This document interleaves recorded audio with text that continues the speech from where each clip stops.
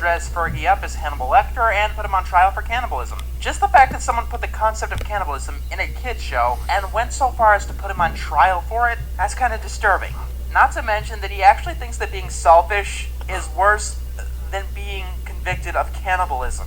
I don't see why not, since cannibals are apparently shot to the moon that's loaded with candy. Seriously, what the fuck? Wait, series finale. What?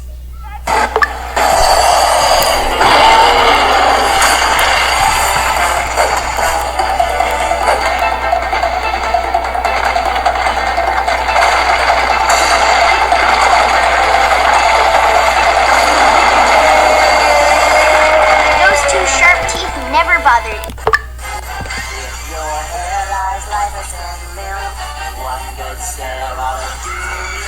Believe it or not, there are actually many shows that went through seasonal rot besides The Simpsons, Family Guy, and SpongeBob. One that comes to mind is Dexter's Lab. After it was arbitrarily extended past its prime, it was given a new art style that fell right into the uncanny valley. On top of that, the types of episodes got interesting. In the episode Jeepers Creepers, Where is Peepers, an anime-style villain kidnaps a dog creature, and for most of the episode turns him inside out in a horrifying, grotesque way. Who believes he's a super villain? This is a job for Baron Bad Beaver, master of really terrible, evil things.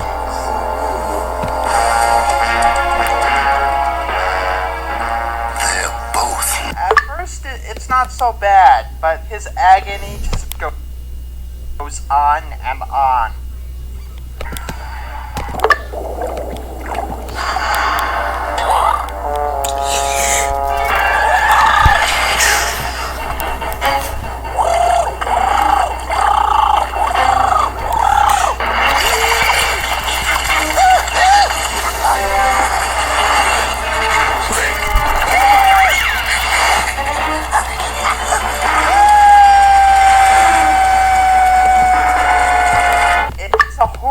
Unpleasant thing to watch. The worst part of the episode is that it has him there suffering in agony and doesn't even seem to concern itself about him, because he's just there in the background while the episode is happening. And yes, his screams of pain are quite audible, and then he turns into a giant fleshy dragon. Yeah, that happens.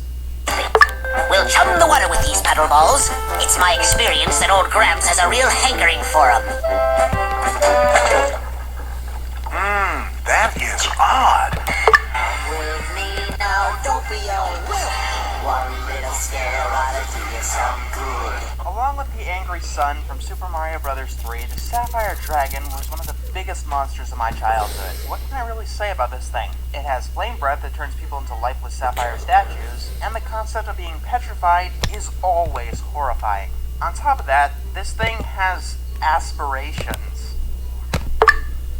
My second completely unnecessary truck! Oh, who do I shoot for this? Calm down, Early. It's okay. The dealership came out and picked up your boat truck. These 2002s had that faulty ignition switch. Yeah, we went ahead and rented you a replacement rig while they fix it. That's right. This here's the Hazuzaki Ecorn. After taking over enough people, it turns them into its minions. With the more victims it claims, the more powerful it gets. This thing left such an imprint on me that I always wanted to know whose hands it was in during the show. But alas, it was like the Golden Tiger Clause, a game-breaking Shengang Wu that the writers knew that they had to keep out of the story to keep any sort of tension, which kinda made me worry about when it would pop up again. Every time the Shengang Wu changed hands, like in the very next episode, I wanted to know where the hell this thing was. And then it finally popped up, and it was disappointing, to say the least.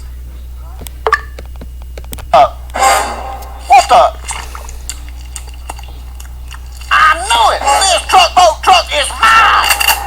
Stop! You best have yourself a damn good explanation. And somebody better tell me who the hell John Glad is, too.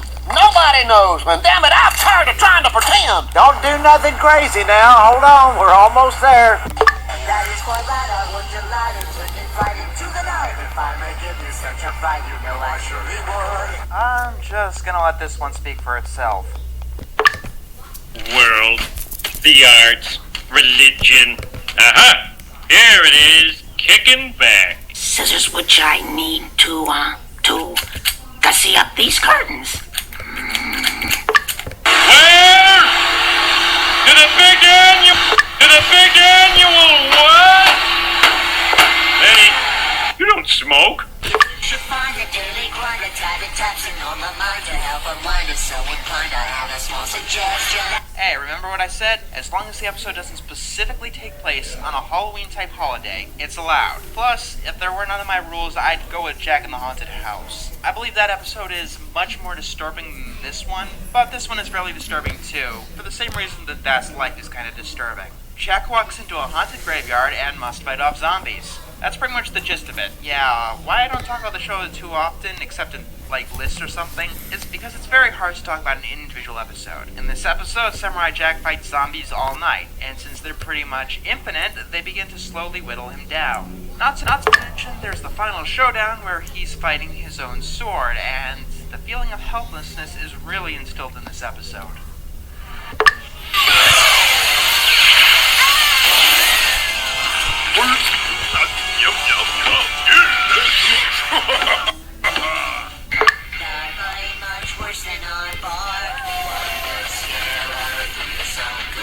Hey, would you look at that? More zombies. This time, instead of fighting them in a graveyard, we get to see a full outbreak take place.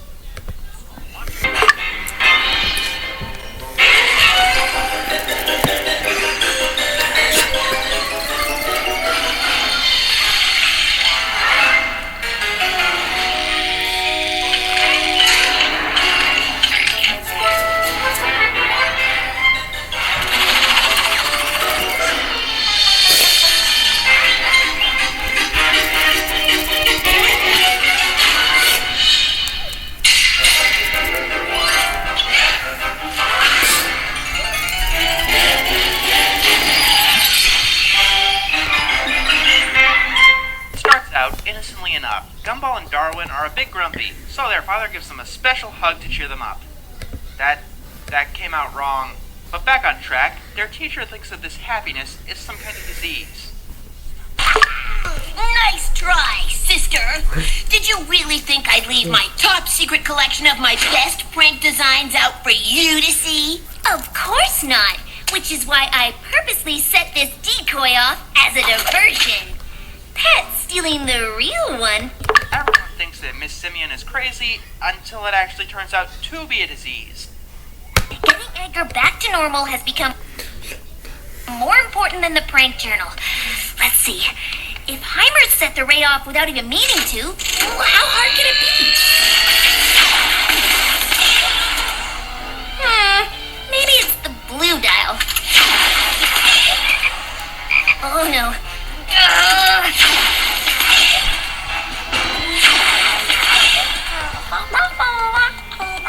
Kills Gumball and Darwin and turns them into joy-infused zombies with rainbow drool. I always knew that joy was contagious, but Jesus. The only way to stop this zombie outbreak is by playing a piece of music. The majority of the episode is Miss Simeon racing to get to the PA system past these zombies, and the tone is really good here. I should really talk about this show sometime in the future.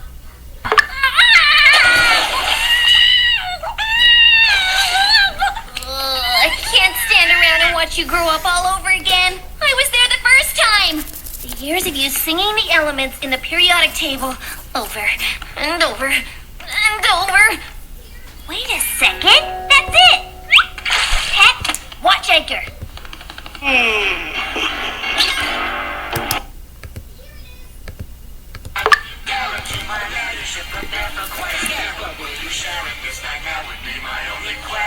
It feels odd that I'm suggesting one of my least favorite episodes from the show for this list, but Dan vs. the Telemarketer fits the criteria. What do I mean by this? This episode is a sequel to the episode Dan vs. the Imposter, or Dan vs. Dan, where someone who looked exactly like Dan tried to take over his life, and Dan solved this problem by sending him to jail. Now he's back, and he wants nothing more than revenge. His plan is fucking terrifying. First, the imposter gets a job as a telemarketer, and then pretty much uses his position to stalk and harass Dan, preventing him from getting any peace or even sleeping. If it ended there, that would be one thing, but the imposter's plan is so much more complex. He knows that every step that Dan is going to make, to the point where he can make a supervillain blush, and that's because he disguised himself as Dan's cat, Mr. Mumbles. I take a lot of baths. So I finally got up the guts to ask Nancy for raising my allowance. It did not go well. I get it, Dad. I'm the new town manager. No, I couldn't have done it without Joseph. He worked up quite a sweat making quarterback. All right. My boy is on a team. Not a squad, not a club. A team. And planted a tracking device in Dan's teeth. That tracking device also transmits voices. Sticks? And lights? Is this some kind of puppet theater? They're roses, Dad. Yeah, you think the telemarketers are annoying? Imagine one being in your head, never shutting off for 24/7. And when you try to tell someone of this, they think you've gone completely insane. You know, and so this conspiracy against you does drive you completely insane. Loser! You're a loser! Are you feeling sorry for yourself? Well, you should be, because you are dirt!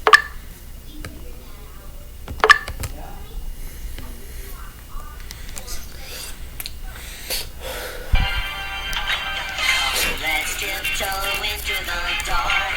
One good stare out of Juliet. When a show changes its age rating, it truly is a magical thing. The shows with this newfound freedom tend to stretch their tendrils out and do whatever they can now get away with. And the punchline is Lesson 0. If any episode can prove that friendship is magic isn't your typical Friends Forever kids show, then none of them will do it. The entire tone of this episode is intense, as one of the characters delves slower and slower into their own insanity, to the point where she telefrags the beach ball and...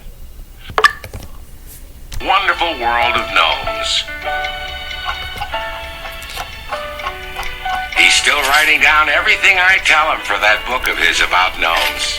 Don't be home late, dear.